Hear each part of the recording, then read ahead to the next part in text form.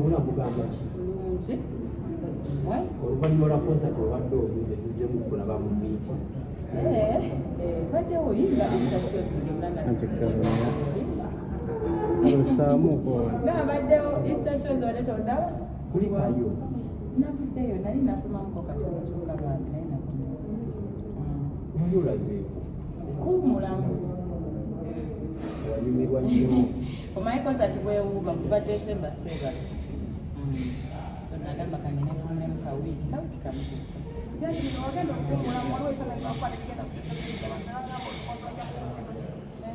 ebyo holidde bwekyo bwebeera obimanyi byonna bitambulira wamu okwokulaba nga negative energy ejja ogikontrolinga notabatamukaogerawo nga banyabala jasito kisalawo mugamulungi nogamba nze nga nasalawo nga nzikakiranayo ogenda byomuokutekewa oyogenda byomu ogemuyomunokomawa jasito nze nga nze bwekyo bwembeera zange ate nzisalaa nembadde naki njagala nnyo okuba nga ndi musanyufu energy positive energy era oli bwayogera akalungi gwendanga okitegeera abamu bakufunako okubalwala konsati ekutambulira ekyagwenda nayo bulungi bambi it's been my first concert nga bwe mumanyi sijja kulimba nti absolutely nti abantu bambeererawo kampani zajja on board concert mutegesi wange Misasini bambi eyantisa mubi sijja kulimba nti nayisibwa buti just nga bwomanyi nti concert yeetaagamu extra maanyi ago koso olina ogikolerera naye nga everything else era njagala kwebaza abannayuganda mwebale kunjagala abajja kulukana kamasinga okwagala omwanda gw'omukwano konsati esooka nebanga yakuba nnyo bwetyo bambi mbasiima simaina kyalo simaina ngeri gyensobola kubasiima nemumanyanga bwenasiima bwenasanyuka wabula basalira mukama balizeewo bwenatoola abantu balina okumenya abayinza okuyingira mu konsati nga tebasasudde mu kifunga betebaguza ettebo okululwo kyanti abantu basasula oba abayingira minwaire ekintu ekyo abantu bakitwala si bulungi abamu bwenalaba tekibera kyafoosi twavayo netwogera ti abayinza tugula okukola tugula tebuli sapotinga imagine abayimbi tuli bangi senga abayimbi fenna tirero konsati ya wini omanyi stress ya tables yonyeni toyinuma ne tables osereka out oba okozi so kati eyo stress esooka senga fenna kabayimbi twetekawo kale mu bayimbi 10 bayimbi 2 banhadeyo table of which basobola just tetulina egumireeyo eyiteeyo kati kwe kyetugezaako kunga abamu kuffe abakikola nakimugetegeza nti obadde oguzetteko tojja wadde si kyetwagamba ojja kusapotinga kubeera naffe emirundi mingi tusapotinga netuguza okitegeera naye kati twakitandise katugula tebuli abasinga oba osobodde ngaolina oba toyinera kiberoke Lydia era wenyini ku konsati yo had ku konsati yo kwafiirako omuntu wakimanyamu ebintu sibimanyi ebyo olina kutuulira poliisi erina Bwiino ne promota wange Misasini for more information on that era bavayo nebogera nti twafiirako omuntu ati nkugambye tukira poliisi Misasini balina more information about that I personally omuyimbi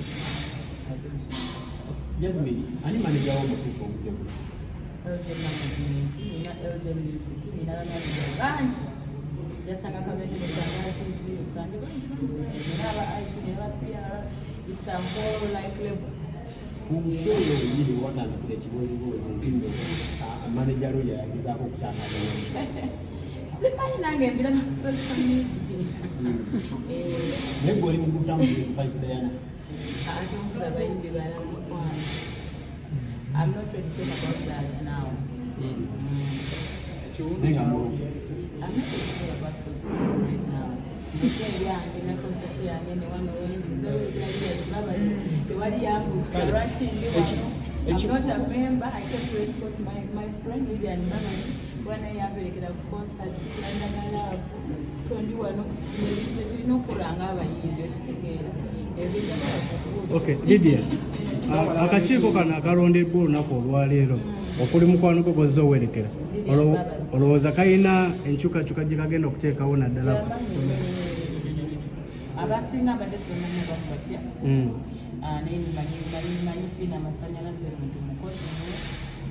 manyi Mr. Kumanyi when he speaks out he has the voice, so I think team nungi. Olowooza chairman gwe babalondedde anaasobola otuukiriza ensonga zammwe? Maybe abantu bamanyi naye abamanyira be bangi abamulonza abasinga batuukidde omulonda kuwa chairman baleka abalala nga bwe balabye then alabika akola abantu bona tunabawa chance. Okay, tosobola judginga muntu just like that. Osooka laba omuntu kyakoze kyamugwegwako katena gyakola naye gundi oyo